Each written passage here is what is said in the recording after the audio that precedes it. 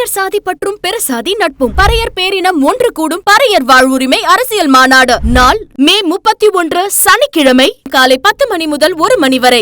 இடம் அண்ணாதுரை சந்திரா மஹால், வண்டிக்கார தெரு, திட்டக்குடி, தாலுகா ஆபீஸ் அருகில். மாநில தலைவர் ஏர்போர்ட் தா மூர்த்தி அழைக்கிறார். திராவிடத்திலிருந்து மீள்வோம், தமிழகத்தை சேர்ந்தே ஆள்வோம். புரட்சி தமிழகம் பறையர் பேரவை. அனைவரும் வாரீர் வாரீர் வாரீர். 26 நாங்க தான் தொடர்ச்சியா நீங்க ஜெயிக்கிறதுக்கு வந்து பிரியாணி, கோட்ரு, சரக்கு அந்த மாதிரி விஷயம் கொடுப்போம். ஆடலும் பாடலும் நிகழ்ச்சி இதெல்லாம் நடத்தி தான் வந்து அந்த ஓட்டெல்லாம் வாங்குறீங்க அப்படின்ற மாதிரி கேள்வி. நாங்க எப்படி வாங்குறோம், எதை வாங்குறோங்கிறது பிரச்சனை இல்லை. மக்கள் எங்களுக்கு ஓட்டு போடுறாங்க, நாங்க வெற்றி பெறுறோம். மக்களுக்காக நாங்க போய் ஓட்டு போட இயலாது. ஆனா இன்னைக்கு வரைக்கும் வந்து இந்த திராவிடம் என்ற தெலுங்கு ஆதிக்க அரசியல் இங்க இருந்துகிட்டு தமிழர்கள் அவ்வளவு பேரும் வந்து இன்னைக்கு 70% மேல வந்து பிறமொழியினர் வேலையில இருக்காங்க, அரசு வேலை வாய்ப்புல இருக்கிறாங்க. இல்ல அவங்க யாருமே வந்து ஒரு எம்எல்ஏ ஒரே தமிழர்கள் மட்டும்தான் யாரும் ஒரே யாவரும் கேளீர் அப்படின்னு. அதுக்கு நான் வந்து தமிழர்கள் மட்டும்தான் உலகத்தை நேசிச்சு நம்ம உலகத்தை நேசிச்சதுனால நான் தொடர்ந்து நீ வந்து முட்டாளாக்குவ எங்கேயோ இருந்து வந்து நான் தொடர்ந்து எனக்கு தெரிஞ்ச பிறகு நான் முட்டாளாகுமா? அவ்வளவு பண்ண நான் பிரபாகரனுக்கு என்னமோ இவங்க பிரபாகரனே பார்க்கல, பேசாதாங்க சொத்து பத்தெல்லாம் இழந்து செலவு பண்ணிட்டாரு. ஆனா ரிசல்ட் என்னன்னா அதுக்கு என்ன செய்யறோம்? என்னமோ எனக்கு நான் பொறுமையா போயிட்டு புது பட்டியல அதுக்கு சேர்த்து ஒரு மரியாதை செலுத்திடலாம். அந்த பட்டியல் உங்கள்கிட்ட கொடுக்குறேன். மொத்தம் 40 பேர் ஒருத்தர் பேரை சொல்லுங்க. ராமகிருஷ்ணன் தான், அவன் பேரு ராமகிருஷ்ணன் தான். பொறுங்க, அதை பேசாதீங்க. அத மதுரைக்காரன் தான். எந்த மதுரையில ராமகிருஷ்ணன்? ஆமா, மதுரையில ராமகிருஷ்ணங்கிற பையன் தீய குளிச்சான், புரிஞ்சுக்கோங்க. அது மாதிரி 2009 தீ குளிச்சது 40 பேர் செத்ததுல 9 பேர் நாக்கேன். 40 பேர் கிடையாது, முதல் 2009 தீ குளிச்சவன் மொத்தமே 22 பேரு. ஏங்க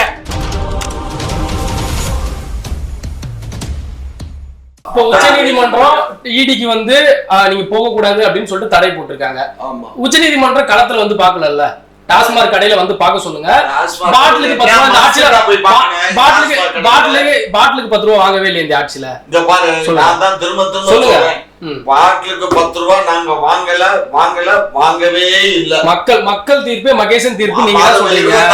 மக்களுக்கு நம்ம போவோம். ரொம்ப வேணாம், கீழே உள்ள பாருக்கு போனா 26 தேர்தல்ல பாப்போம். அவங்கதான் நிரந்தர முதல்வர் அப்படின்னு சொல்றாங்க. இங்க பாரு, நீங்க இதே மாதிரிதான் குலைச்சீங்க. 2024 நாங்க தான் ஜெயிச்சோம். இப்ப எல்லாத்தையும் சேர்த்து வச்சுட்டு குலைக்கிறீங்க. 26 நாங்க தான் ஜெயிக்கிறோம். நீங்க ஜெயிக்கிறதுக்கு வந்து பிரியாணி, கோட்ரு, சரக்கு அந்த மாதிரி விஷயம் கொடுப்போம். ஆடலும் பாடலும் நிகழ்ச்சி இதெல்லாம் நடத்தி தான் வந்து அந்த ஓட்டெல்லாம் வாங்குறீங்க அப்படின்ற மாதிரி கேள்வி. நாங்க எப்படி வாங்குறோம், எதை வாங்குறோங்கிறது பிரச்சனை இல்லை. மக்கள் எங்களுக்கு ஓட்டு போடுறாங்க, நாங்க வெற்றி பெறுறோம். மக்களுக்காக நாங்க போய் ஓட்டு போட இயலாது. மக்கள் தான் வந்து போத்துல வந்து அவங்க டமக்குன்னு உதயசூரியன் இருந்துச்சுன்னு அப்படி அமைக்கி விட்டு அதுக்குள்ள நைட்ல போயிட்டு கோழி திருந்த மாதிரி 1000 ரூபாய் கொடுத்துட்டு வந்துடுறது. அதெல்லாம் நாங்க 1000 ரூபாய் கொடுக்குறோமா 5000 ரூபாய் கொடுக்குறோமாங்கிறது மக்களுக்கு தெரியும். நீ உனக்கு நீ வாங்கினியா? அப்புறம் என்ன மஸ்துக்கு பேசுற? அப்புறம் எப்படி நாங்க பணம் கொடுத்தன்ற? தெருவுல கொடுத்துட்டு போனோம். தெருவுல கொடுத்தது நீ பார்த்த, நீ வாங்கிட்டு பேசணும். நான் வாங்கினேன், இந்த இருக்கு அந்த பணம். எனக்கு ஊழல் பணம் எனக்கு தேவையில்லைங்க. எனக்கு ஊழல் பணம் தேவையில்ல. நீங்க ஊழல் அடிக்கிறீங்க கொள்ளையில. நாங்க யாருக்கும் பணம் கொடுத்து ஓட்டு வாங்க வேண்டிய அவசியம் எங்களுக்கு இல்ல. மக்களுக்கு சேவை செய்யறோம். மக்களுடைய சேவையை பேரறிஞர் அண்ணா சொன்ன மாதிரி மக்களின் சேவை, மகேசன் சேவை. அண்ணா சொன்னாரு, நாங்க செய்யறோம். மக்கள் வாக்களிக்கிறாங்க, நாங்க வெற்றி பெறுவோம். நாங்க 2026 வெற்றி பெறுவோம். 26 வெற்றி பெறலைனாலும் அதை பத்தி எங்களுக்கு கவலை இல்லை, புரிஞ்சுக்கோ. நாங்க வெற்றி தான் இலக்கு. அது தோல்வி வந்தாங்க அதுக்காக கொள்ளையடிக்க வேண்டியது அடிச்சுட்டோம். வெற்றி பெற்றான்னா வெற்றி பெறாட்டான 4.5 லட்சம் கோடி வந்துட்டு கடனை வச்சாச்சு. வர்றவன் வந்து எந்த ஆட்சி வந்தாலும் அவன் தான் திணறணும் அந்த கடனெல்லாம் அடைக்கிறதுக்கு, வட்டியை கட்டுறதுக்கு. சரியா? 4.5 லட்சம் கோடி கடனை வாங்கி ஊர்பட்ட அவங்க அப்பா பேர்ல ஊரெல்லாம் சிலைகள் அது இதுன்னு எல்லாமே வச்சாச்சு. அதான் வச்சு எல்லாம் கெட்டு குட்டிச்சோறு ஆக்கியாச்சு. இப்ப வந்து அடுத்தவங்க காசுல மஞ்சா குளிக்கிறது. கடன் வாங்கி ஃபாரின் டூர் போவானா? அது மாதிரி கடன் வாங்கி முதலீட்டாளர்கள் இருக்க போறேன் அப்படின்னு இல்ல நான் கேட்கிறேன். நான் கடனை வாங்கி எவனாவது வந்து ஒரு ஒரு ஒரு வீடு வாங்குறவங்க கூட வந்து பாருங்க, ஒரு கோடி வீடு வாங்குறான்னா இவன் ஒரு 30 லட்சமாவது போடணும். ஒரு 70 லட்சம் தான் வந்து கொடுப்பான். அப்புறம் வந்து கடன் கொடுக்குறவன் என்னங்க பண்ணுவான், இந்த திருப்பி இந்த பணத்தை எப்படி கட்டுவ, என்ன சோர்ஸ் வச்சிருக்க நீ பணம் கட்டுறதுக்கு அப்படின்னு சொல்லிட்டு கேட்பான். இது வந்து வெளிநாட்டுல இருந்து எவனோ வந்துட்டு இந்த கடன் கொடுக்க இவங்க என்னென்னமோ திட்டத்தை சொல்லி வாங்க. இப்போ வந்து 4.5 லட்சம் கோடி, சரிங்களா, 4.5 லட்சம் கோடி இந்த ஏதாவது இந்த 5 வருஷம் ஆட்சியில 4 வருஷத்துல என்ன 4 வருஷமே 4 வருஷம் வந்து நேற்று முந்தா நாள் வந்து கொண்டாடினாங்க 4 ஆண்டு நிறைவு அப்படின்னு சொல்லிட்டு. 4.5 லட்சம் கோடி 4 ஆண்டு. இல்ல நான் சொல்லிடுறேன். இப்போ இவர்களுக்கு வந்து கவுந்து படுத்தாலும் நிமிந்து படுத்தாலும் ஒண்ணு இல்லைன்ற மாதிரி வந்து ஆட்சிக்கு வந்தாலும் சரி வரட்டும் சரி அடிக்க வேண்டியவங்க எல்லாம் சாம அடி அடிச்சுட்டாங்க பணத்தை என்ன. அதனால வந்து பிரச்சனையே கிடையாது. அந்த அளவுக்கு வந்து அதாவது வந்து தொண்டை குழியில இருந்து வெளியில வந்து அந்த வாந்தி அடிப்பாங்களே எதுக்களிக்கிறது சொல்லுவாங்க, அந்த அளவுக்கு அடிச்சுட்டாங்க. அதனால வந்து அவங்களுக்கு கவலையில் ஆட்சிக்கு வந்தாலும் வராட்டலாம். நீங்க இப்ப நாம வந்து என்னன்னா இவர்கள் இந்த நாங்கெல்லாம் எடுத்து வைக்கிற வாதம் இங்க வந்து பெரிய அளவுல வந்து முக்கியமான ஒரு விஷயம் என்னன்னு கேட்டீங்கன்னா 1956 மொழிவாழி மாநிலம் பிரிக்கும் போது பிரிக்கிறதுக்கு முன்னாடி என்னெல்லாம் தமிழ்நாட்டுல இந்த மெட்ராஸ் சென்னை மாகாணத்துல வந்து என்னெல்லாம் சாதி வகைகள் இருந்துச்சோ அந்த சாதி பட்டியல்லாம் இப்பயும் இருக்குது. அந்த சாதி பட்டியல தூக்கி வெளியில எடுக்கணும். அந்த சாதி பட்டியல வெளியில எடுத்துட்டு தெலுங்கர்கள் இருக்காங்களா, தெலுங்கர்கள், கன்னடர்கள், அப்புறமா வந்து மலையாளிகள், இங்க எல்லா சாதியுமே வந்து இன்னைக்கு வரைக்கும் வச்சிருக்காங்க. அந்த சாதி பட்டியலை வந்து வெளியில எடுத்து பிற மொழியினர்னு ஒரு 10 விழுக்காடு கொடுத்துடணும் அவங்களுக்கு. மீதி 90 விழுக்காடு வந்து தமிழர்களுக்கு வரணும் கல்வி வேலை வாய்ப்புல. நாங்க அதை வந்து முதன்மையான கோரிக்கையா வைக்கிறோம். அதை வந்து செயல்படுத்தணும் அப்படிங்கும் போது வந்து சாதிவாரி கணக்கெடுப்பு நடத்தினா யார் யார் எவ்வளவு இருக்காங்கன்னு தெரிஞ்சிடும். இந்த அரசு வந்து சாதிவாரி கணக்கும் எடுக்காம இந்த பழைய பட்டியலை வந்து அவன் ஆந்திராவில வந்து தெலுங்கர்களுக்கு மட்டும்தான் வந்து வேலை வாய்ப்பு கல்வி கிடைக்கும், கல்வி வேலை வாய்ப்பு எல்லாம் கிடைக்கும். கன்னடர்களுக்கு அது 1956 பண்ணிட்டான். ஆனா இன்னைக்கு வரைக்கும் வந்து இந்த திராவிடம் என்ற தெலுங்கு ஆதிக்க அரசியல் இங்க இருந்துகிட்டு தமிழர்கள் அவ்வளவு பேரும் வந்து இன்னைக்கு 70% மேல வந்து பிறமொழியினர் வேலையில இருக்காங்க, அரசு வேலை வாய்ப்புல இருக்கிறாங்க. அவங்க பல ஆண்டு காலமாக இங்கே வந்து குடிபெயர்ந்து 10 பேர் இருக்காங்கன்னா 10 வேலை தாங்க வாங்கணும். அதுதான் சொல்லிடுறேன். நீங்க வந்து 80 வேலையை வாங்கிட்டு இங்க வேலை இல்லாம ஆக்குறீங்க. இல்ல அவங்க பல ஆண்டு காலமாக இங்க வந்து நம்மளோட தமிழனோட பிற மொழியாளர்கள் பிரிக்கும் பொழுது பிற மொழியாளர் பிரிக்கணும். எங்க இனத்துக்கு கெடுதல் வேலை பண்ற எங்க இனத்துக்கு கெடுதல் பண்றதே வேலையை பொழப்பா இருக்கிறாங்க. பிற மொழியாளர் பிரிக்காம என்ன பண்ணுவோம்? இதே வந்து ஆந்திரா, மகாராஷ்டிரா, கர்நாடகா, கேரளா பல மாநிலங்கள்ல இதே மாதிரி தமிழர்களை பிரிக்கணும் அப்படின்னு அங்க அப்படித்தான் நடத்துறாங்க. பஸ்ல வந்து கர்நாடகாவுல வந்து தமிழ் பெண்களுக்கு பஸ்ல இலவசம் கிடையாது. நீங்க சிங்கப்பூர்ல பாத்தீங்கன்னா இங்க உள்ளது பேசுங்க. சிங்கப்பூர், மலேசியா, குவைத்துன்னு போய்கிட்டு இருக்கீங்க. இந்தியால நம்ம இருக்கோம், இந்திய அரசின் கீழே இருக்கோம். நம்ம இங்க பக்கத்து மாநிலத்துல என்ன நடக்குது அது மாதிரி வந்து இங்க இருக்கணும் நான் சொல்றேன். நானு எனக்கு ஒன்னும் தனியா வந்து இருக்கணும்னு தேவை கிடையாது. ஆந்திரால வந்து தமிழர்களுக்கு எப்படி வச்சிருக்கீங்களோ அத மாதிரி இங்க வைங்க. நான் கர்நாடகாவில எப்படி வச்சிருக்கீங்களோ அவங்க எல்லாம் அநியாயம் பண்ணிக்கிட்டு இருக்காங்க. நான் அதை விட ஒரு படி மேல போய் ஒரு 10% 10 விழுக்காடு அவங்களுக்கு கொடுத்துருங்க. ஆனா 90 விழுக்காடை வந்துட்டு ஒரு சேஃப்டி பண்ணி அது தமிழர்களுக்கா மாத்தணும் அப்படின்னு நான் சொல்றேன் நானு. ஆனா இந்த 10 விழுக்காடு இருக்கிறவர்கள் கிட்டத்தட்ட 70 விழுக்காடு வேலைகளை உறிஞ்சிக்கிட்டு தமிழர்களுக்கு கிடைக்க வேண்டிய கல்வி வேலை வாய்ப்பை பறிக்கிறாங்க. இந்த பறிக்கிறதுக்கெல்லாம் துணை செல்கிற அரசா இந்த தெலுங்கர் முன்னேற்ற கழக அரசு இருக்குது. இதெல்லாம் தான் எங்களோட பிரச்சனை.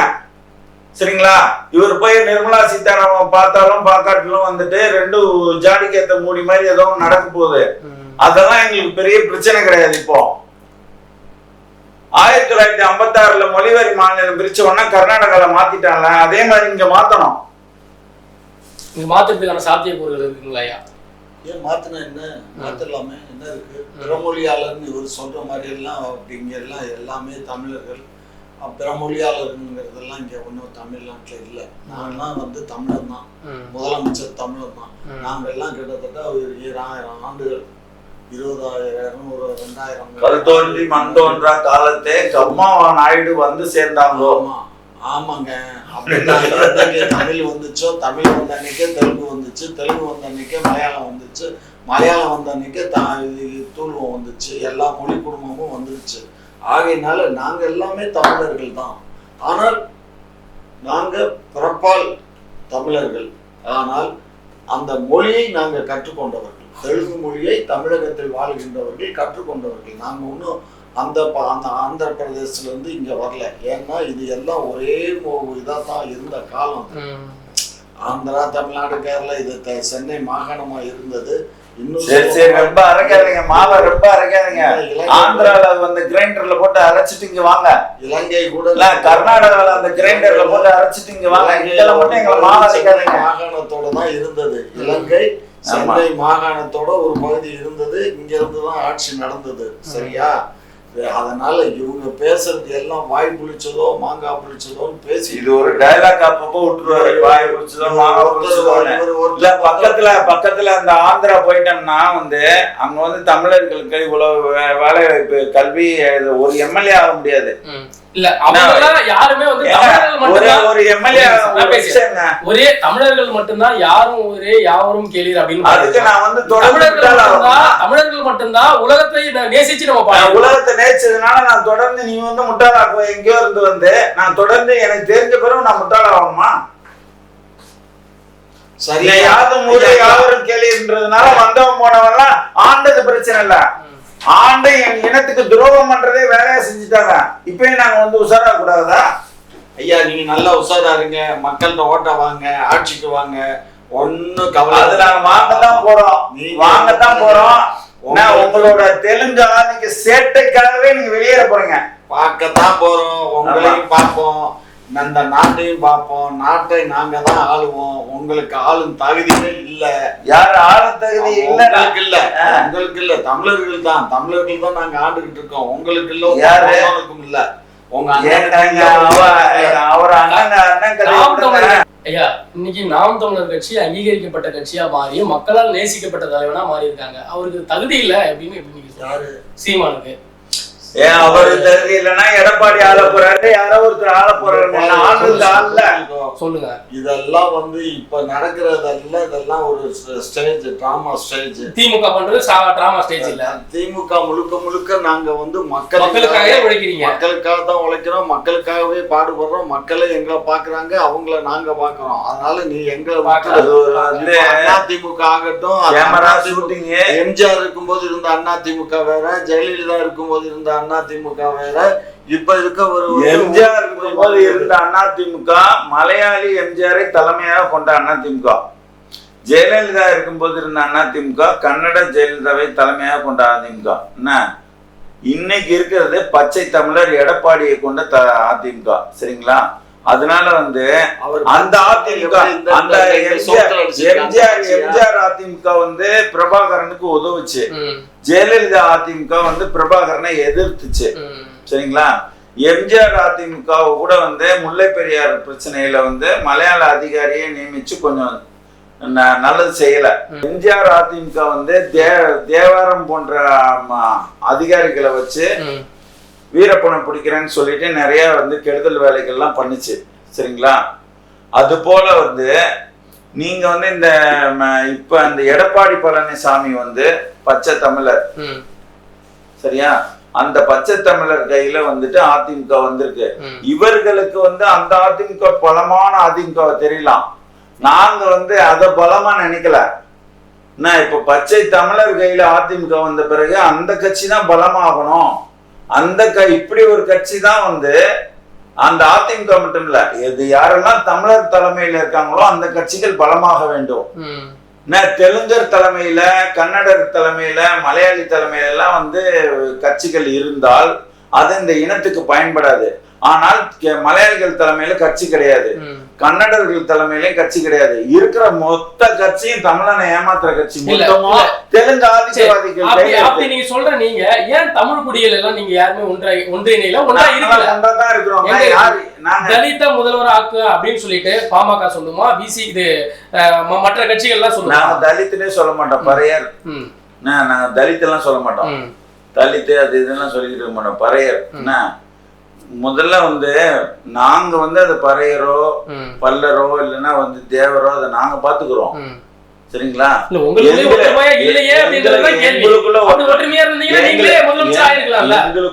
எங்களுக்குள்ள ஒற்றுமை இல்லாம எங்களை பிரித்தாளும் சூழ்ச்சியை செய்கிறதும் இந்த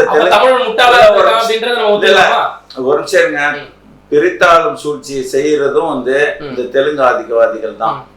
இப்போ ஒண்ணும் இல்ல, ஒரு துறையூர் அப்புறம் நம்ம இது இருக்கு திருச்சி மாவட்டத்துல முழுக்க தெலுங்கு அதிகமா இருக்குது. அங்க ஒரு 5 விழுக்காடு கூட தேர மாட்டாங்க அந்த ரெட்டியாருங்க. 95 விழுக்காடுகள் மக்களை முட்டாளாக்கி அங்க இந்த திமுகன்ற ஒரு ஆட்சி அதிகார பலத்தை கையில வச்சுக்கிட்டு இவர்கள் தமிழர்களுக்குள்ள பிரித்தாளும் சூழ்ச்சியை சேர்ந்து அங்க ஒரு எம்எல்ஏ ஆகிறது எல்லாமே யாரோட வேலையா நடக்குது, நேரு வேலையா நடக்குது. அந்த பிரித்தாளும் சூழ்ச்சியெல்லாம் நாங்க அம்பலப்படுத்தி நாங்க ஒற்றுமை இப்ப தமிழினம் முன்ன எப்போதும் இல்லாத அளவுக்கு ஒற்றுமை ஆகிக்கிட்டு இருக்குது. நீங்க எப்படி அது ஆந்திரால நடக்கும், கர்நாடகா ஒரு அது எல்லா ஊர்லயும் நடக்கும். எல்லா ஊர்லயும் கொலை நடக்கும் எல்லாம் நடக்கும். அது படிப்படியா நாங்க போக்கிக்கிடுவோம். நாங்க எல்லாரும் தமிழ் திராவிட கட்சிகள் நீங்க அந்த மாதிரி பேச போனீங்கன்னா இங்க சாதிகளுக்குள்ள பிளவே தெலுங்கு ஆதிக்கம் உள்ள வந்த பிறகுதான் வந்துச்சு. அதுக்கு முன்னாடி கிடையாது. அதுக்கு முன்னாடி கிடையவே கிடையாது. ஏன் தெரியுமா? இந்த சாதி பேர்ல சண்டை உங்களுக்கு ஒரு 14ஆம் நூற்றாண்டுல இருந்து தான் இவங்க வர்றாங்க. அதுக்கு முன்னாடி நீங்க ஏதாவது வரலாறு எடுத்து காட்ட முடியுமா? தமிழ் கோயில்ல நம்ம பிராமணர்கள் ஓதுவர்களா இருந்தது எப்படி? நம்ம தமிழ் ஆண்ட மன்னர்கள் ஆண்ட போதே ஓதுவர்களா பிராமணர்கள் இருந்தது எப்படி அப்படின்ற கேள்வி எழும்புதுல்ல. என்ன கேக்குறீங்க? ஓதுவார்கள் தமிழர்கள், பூசாரிகள் தமிழர்கள். என்ன பிராமணர்களே இருந்தாலும் நான் கேக்குறது சாதி நீங்க ஆணவ கொலையை பத்தி பேசிட்டு நேரா அங்க ஐயர்ட்ட போறீங்க. அவங்க கொண்டு வரல, சாதி வேறுபாடை கொண்டு வந்தது இந்த தெலுங்கு ஆதிக்கவாதிகள் தான். வர்ணாசிரம கோட்பாடை தூக்கி நிறுத்திக்கிட்டு இன்னைக்கும் பிராமண ஆதிக்கத்தோட எல்லாம் அந்த சமஸ்கிருத மொழியை ரொம்ப தூக்கி பிடிக்கிறவர்கள் யாரு? தமிழர்களா? தமிழ் தனித்து இயங்கக்கூடிய மொழி. தமிழ் அந்த பிராமணிய சமஸ்கிருதத்தை தூக்கி குப்பையில போட்டுட்டு செயல்பட முடியும். ஆனால் பெரியார விட்டுதலுங்க, தெலுங்குலதான் சமஸ்கிருதம் முழுசா கலந்துருக்குது. அவர்களுக்கு தேவை, அந்த ஆட்சியாளர்களுக்கு இங்க சமஸ்கிருதத்தை தூக்கி கொண்டாட வேண்டிய தேவை இருந்துச்சு. அதனால தமிழையும் தமிழர் பார்ப்பனர்களையும் வெளியேற்றிட்டு தெலுங்கு பிராமணர்களை உள்ள கொண்டு வச்சாங்க.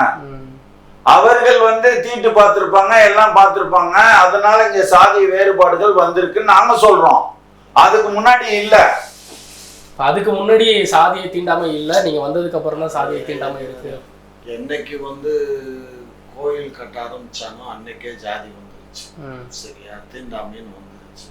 அதனால இவங்க ஒரு வாய்க்கு பார்த்தாம சில விஷயங்கள் பேசுறாங்க. வாய்க்கு வர பேசுறாங்க. எங்க ஆட்சி காலத்துல பழனியில பண்டாரங்கள் தான் பூஜை பண்ணாங்க. ஆனா எங்க ஆட்சினா எந்த ஆட்சி? விஜயநகர பேரரசு தெலுங்கு ஆட்சியில பிராமணர்களை பண்டாரங்களை வெளியேற்றினாங்கன்னு தான் வரலாறு இருக்கு. உள்ள கொண்டு வந்தாங்களாம். இருங்க சார், பண்டாரங்களை வெளியேற்றிட்டு பாப்பானர்களை கொண்டு வந்து வச்சாங்கல்ல. அப்ப அன்னைக்கே இருந்ததுக்குல்ல, பாப்பா அன்னைக்கே ஆட்சியில. பாப்பானா எங்க இருந்து கொண்டு வந்த? வெளியில இருந்து கொண்டு வந்து உள்ள கொண்டு வச்சுட்டு யார் கொண்டு வச்சாங்க யாரால நான் சொல்றேன். இல்ல வச்சாங்க அன்னைக்கே இருந்திருக்குல்லன்னா யார் வச்சது? அதுக்கு முன்னாடி அந்த பழனி கோயில், அதுக்கு முன்னாடி பண்டாரங்கள் இருந்தாங்க. மதுரை மீனாட்சி அம்மன் கோயில்ல கிபி 7ஆம் நூற்றாண்டிலேயே நீங்க அந்த அந்த இப்ப இருக்க பொது மண்டபம் இருக்க பொது மண்டபத்துல அன்னைக்கு அவங்க தான் புதுசை போட்டு அங்கதான் பூஜை பண்ணிக்கிட்டு உக்காந்துட்டு இருந்தாங்க பாப்பானுக்கு போறான். அவங்களுக்கு தான் திருமலை நாயக்கர் காலத்துல வடக்கு அந்த பக்கம் வடக்கு வடமோக்கி தெருவுன்னு சொல்லி சித்திர விதை அது இதுன்னு அந்த வடக்கு பக்கமா வீடுகளை கட்டி இவங்க இருந்த வயல்களை பூரா அங்க கொண்டு வீட்டுல வச்சு இந்த இடத்த பூரா ஒழுங்கு பண்ணி அதை வசந்த மண்டபமா கட்டி புது மண்டபத்தை கட்டி வச்சாரு. சரிங்களா? ஆகையினால பாப்பானுங்க அன்னைக்கு அவருக்கு இடம் தேவைப்பட்டு இவர் வந்து இந்த ஸ்லம் கிளியரன்ஸ் போர்டு பண்ற மாதிரி அவனுங்களை தூக்கி கொண்டு போய் வரமா வச்சுட்டு ஒரு புது மண்டபம் கட்டியிருப்பாரு. இப்போ நம்ம சாதி பிரச்சனையை பத்தி பேசிட்டு இருக்கோம், இவர் வந்து புது மண்டபம் கட்டுறது நாய்க்கறி வந்ததுக்கு அப்புறம் தான் பூஜை இது வந்துச்சுன்னு சொல்றதுனாலதாங்க நான் பேசுறேன். இங்க பாருங்க விஜய், அதுக்கு முன்னாடி தமிழ்நாட்டுல சாதி கலவரம் ஒண்ணு நடந்துச்சா? சும்மா அந்த கதையெல்லாம் கூட நான் கேக்குறேன். சுந்தர சோழன் ஆட்சி காலத்திலேயே தஞ்சையில வந்து தனியா ஆத்துல ஒரு வாய்க்கால் போகுமா, தனியா வாய்க்கால் விவசாய நிலத்துக்கு தனி வாய்க்கால் போகுமா பாப்பாரப்பயிலுக்கு. அந்த வாய்க்கால்ல ஒருத்தன் போய் கை வச்சு தண்ணி அள்ளி குடிச்சுட்டாங்கிறதுக்காக கையை வெட்டி விட்டான் அரசனே. புரியுதா? அப்படித்தான் இருந்திருக்கு. பாப்பானுகளுக்கு தனி வாய்க்கால், பாப்பானுகளுக்கு தனி தெருவு, இந்த மாதிரி சூழ்நிலை தான் இருந்திருக்கு. பாப்பான் தெருவு பக்கம் எவனும் போகக்கூடாது, மற்ற ஜாதிக்காரனே போகக்கூடாது, இந்த அளவுக்கு இருந்திருக்கு. இவர் என்னமோ நேத்திக்கு தான் நாங்க வந்ததுக்கு அப்புறம் நான் சொல்றது வந்து அரசன் முட்டாள்தனமா அன்னைக்கு பண்ணிருப்பான். நான் சொல்றது நீங்க கேட்டது வந்து ஆணவ படுகொலையை வந்து கருணாநிதி இப்ப வந்து ஸ்டாலின் தான் போய் கைவெட்டிக்கிட்டு இருக்கிறாரா? நான் சொல்றேன் இவர் பாணியில வருவோம். நீங்க ஆணவ படுகொலைன்னு மக்கள்ல இருந்து தானே கேட்டீங்க, அரசன்ல இருந்து கேட்டீங்களா? இல்ல அரசன்ல இருந்து கேட்கல, தமிழர் சாதிகள் நடக்குது அப்படின்ற மக்கள்ல இருந்து தானே கேட்டீங்க. அப்ப அந்த மக்கள்ல இருந்து என்ன நடந்துச்சு? அரசன் வந்து தன் அதிகாரத்துல எதை வேணாலும் செய்வான். அன்னைக்கு சும்மா இப்ப தமிழ்நாட்டுல தம்பி இவங்க எல்லாம் வாய் புளிச்சதோன்னு பேசிட்டே இருப்பாங்க. இப்ப ஒண்ணு இல்ல, இவங்கதான் வந்து விட்டு கொடுத்த மாதிரி பேசுறாங்க. இளைஞர் போர்ல அதிகமா ஈடுபட்டது, அதுக்காக உயிர் நீத்ததுல எங்க ஆட்களே வந்து கிட்டத்தட்ட 9 பேர் வந்து தீக்குளிச்சான். தெரியுமா? மொத்தமே தீக்குளிச்சது 40 பேரு, அதுல 9 பேர் நாக்கப்ப, அதுவும் கவரா நாக்கின்னு கம்மா நாக்கின்னு தான் உயிர் நிறுத்தி இருக்கான். அதே மாதிரி இன்னைக்கு வைகோல்ல இருந்து ராமகிருஷ்ணன் நான் முதற்கொண்டு நாங்க தான் அவ்வளவு காசு பணத்துகளை செலவு பண்ணி என் பாதி வாழ்க்கையை கெட்டு போச்சு. அவ்வளவு பண்ண நான் பிரபாகரனுக்கு என்னமோ இவங்க பிரபாகரனே பார்க்கல, பேசாதாங்க பேசிக்கிட்டு சொத்து பத்தெல்லாம் இழந்து செலவு பண்ணிட்டாரு. ஆனா ரிசல்ட் என்னன்னா அதுக்கு என்ன செய்யறோம்? வைகோ வந்து போராடி எல்லாம் பண்ணிட்டாரு, ரிசல்ட் என்ன? ஜீரோ. அது ஒன்றிய அரசு கோவை ராமகிருஷ்ணன் வந்து போராடி எல்லாம் பண்ணிட்டாரு, ரிசல்ட் என்ன? ஜீரோ. பண்ணணுமா இல்லையா? நீங்க எல்லாம் அன்னைக்கு என்ன புரிஞ்சிட்டு இருந்தீங்க? ரிசல்ட் வரும், ரிசல்ட் பத்தி அதாவது முடிவு என்ன ஆகும்ன்ற உங்களுக்கு கவலை இல்லையே. ஆமா, முடிவு என்ன ஆகும்ன்ற கவலையோட நாங்க அரசியல் நீங்க நான் எங்க வயல பூரா செத்து தீ குளிச்சோம்டா. யாரு என்ன 9 வயல் எங்க வயல் தீ குளிச்சான்? சும்மா ஏதோ பேசுறீங்க. அப்போ 40 பெருசா 9 பெருசா? 40ல 9 பேரு 31 பேரு எல்லா ஜாதியும் சேர்ந்து நாக்கிய பையன் ஒரு ஜாதிக்காரன் மாத்திரம் 9 பேர் இருந்தேன். என்னமோ நான் பொறுமையா போயிட்டு புது பட்டியல் அதுக்கு சேர்த்து ஒரு மரியாதை செலுத்திடலாம். அந்த பட்டியல் உங்கள்கிட்ட கொடுக்குறேன். மொத்தம் 40 பேர் ஒருத்தர் பேரை சொல்லுங்க. ராமகிருஷ்ணன் தான், அவன் பேரு ராமகிருஷ்ணன் தான். பொறுங்க, அதை பேசாதீங்க. அத மதுரைக்காரன் தான். எந்த மதுரையில ராமகிருஷ்ணன்? ஆமா, மதுரையில ராமகிருஷ்ணங்கிற பையன் தீய குளிச்சான். புரிஞ்சுக்கோங்க. அது மாதிரி 2009ல தீ குளிச்சது 40 பேர் செத்ததுல 9 பேர் நாக்கேன். 40 பேர் கிடையாது. முதல் 2009ல தீ குளிச்சவன் மொத்தமே 22 பேரு. ஏங்க அது மொத்தமா அன்னைக்கே செத்தா, மொத்தமே இந்த வாருக்காக செத்தா, உயிர் நீத்த வாருக்காக செத்ததுதான் 22 பேர் தான். பாருங்க, இது வந்து நீங்க கடைசி போரை மட்டும் சொல்றீங்க. ஏற்கனவே பல கட்டங்களா இந்த போர் நடந்தது. அந்த போர் பட்டியல கொடுங்க, அவங்களுக்கு எல்லாம் வந்துட்டு ஒரு நாள் சிறப்பு செஞ்சிடலாம். நீங்க ஒரு அவங்களுக்கு எல்லாம் வந்து அதெல்லாம் கிடையாது. இந்த இனத்துக்காக ஒருத்தன் தீ குளிச்சான்னா அவங்கள நாங்க மரியாதை செலுத்துவோம். ஆமா. ஆனா இந்த இனத்துக்காக இந்த இனத்தை சுரண்டி இந்த இனத்தை சாவு 1.5 லட்சம் பேர் சாவுக்கு காரணமானவனை வந்துட்டு அவங்களுக்கு நாங்க வந்து தக்க பாடம் பண்ணி கொடுப்போம். பண்ணுங்க, உங்களால முடிஞ்சா பண்ணுங்க. நல்லது செஞ்சவங்கள நாங்க பாராட்டுவோம், கொண்டாடுவோம். ஆனா இந்த இனத்துக்கு கெடுதல் செஞ்சவங்களுக்கு என்ன பண்ணுவோம், தக்க பாடம் பண்ணி கொடுப்போம். பாப்போம். நீங்க உங்க பாடத்தை நீங்க பண்ணுங்க, எங்க பாடத்தை நாங்க பண்றோம், நீங்களா நாங்களாங்கிறத மக்கள் மன்றத்துல போய் வைப்போம். மக்கள் வாக்களிக்கட்டும், அன்னைக்கு பாப்போம். சும்மா வாய்ச்சவடால அடிக்க வேண்டாம்.